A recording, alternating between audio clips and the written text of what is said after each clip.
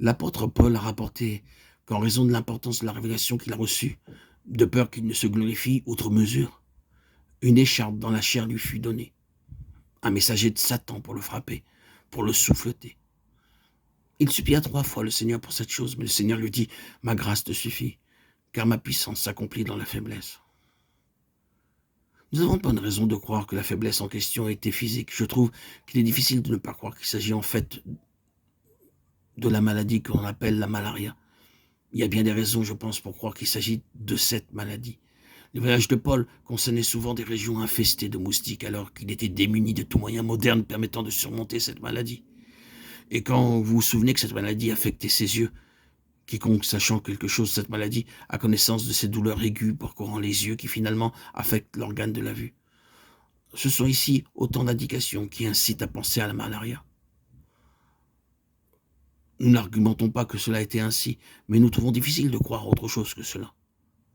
Mais quoi qu'il en soit, c'était quelque chose qui, de temps à autre, saisissait Paul, et il désespérait de la vie. Et il semble qu'il ne savait jamais quand cette chose allait s'abattre sur lui. Son écharde, c'est sûr, était une faiblesse physique. Et il est appelé un messager de Satan. L'objectif de tout cela du côté de l'ennemi était une œuvre de mort. En relation avec cela, Paul parle de mort agissant dans sa chair mortelle. Tout était dans la direction de la mort, encore et toujours. Il faisait face et combattait la mort tout le temps. Mais ce qui doit être relevé, c'est que, tandis que le diable très clairement agissait sur son état physique, comme la déclaration le montre et que le Seigneur le permettait, cela n'a pas atteint l'objectif de la mort. Mais au contraire, le cours de la vie de cet homme est celui d'un triomphe constant sur cette mort et sur Satan.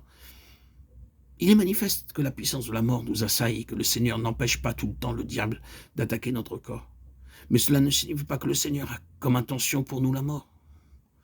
Vous pourrez penser que la logique est que si le Seigneur envoie un messager de Satan dont l'effet est la mort, assurément le Seigneur veut que nous mourions. Il n'y a aucune justification pour un tel argument. C'est tout à fait le contraire qui est vrai.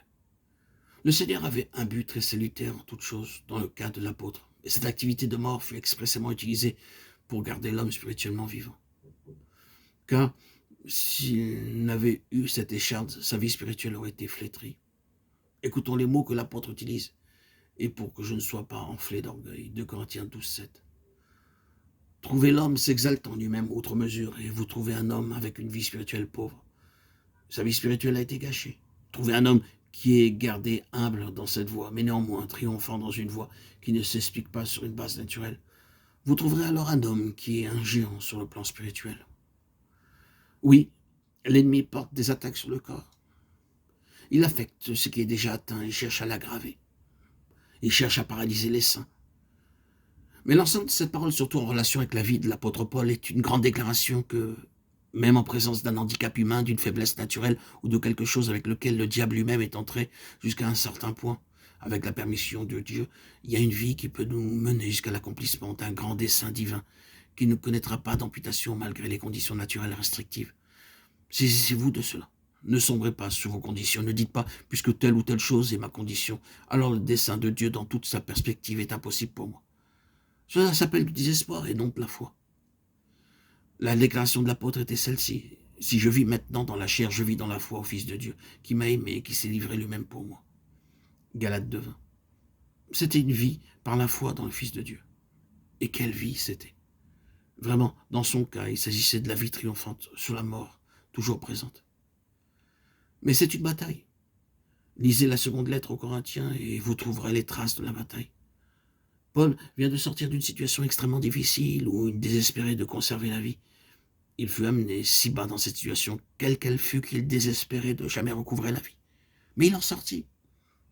Il portait les marques de la bataille avec la mort. Mais il continua sa course bien après avoir écrit la deuxième lettre aux Corinthiens. Quelques-unes des choses les plus glorieuses ont trouvé leur expression après cela.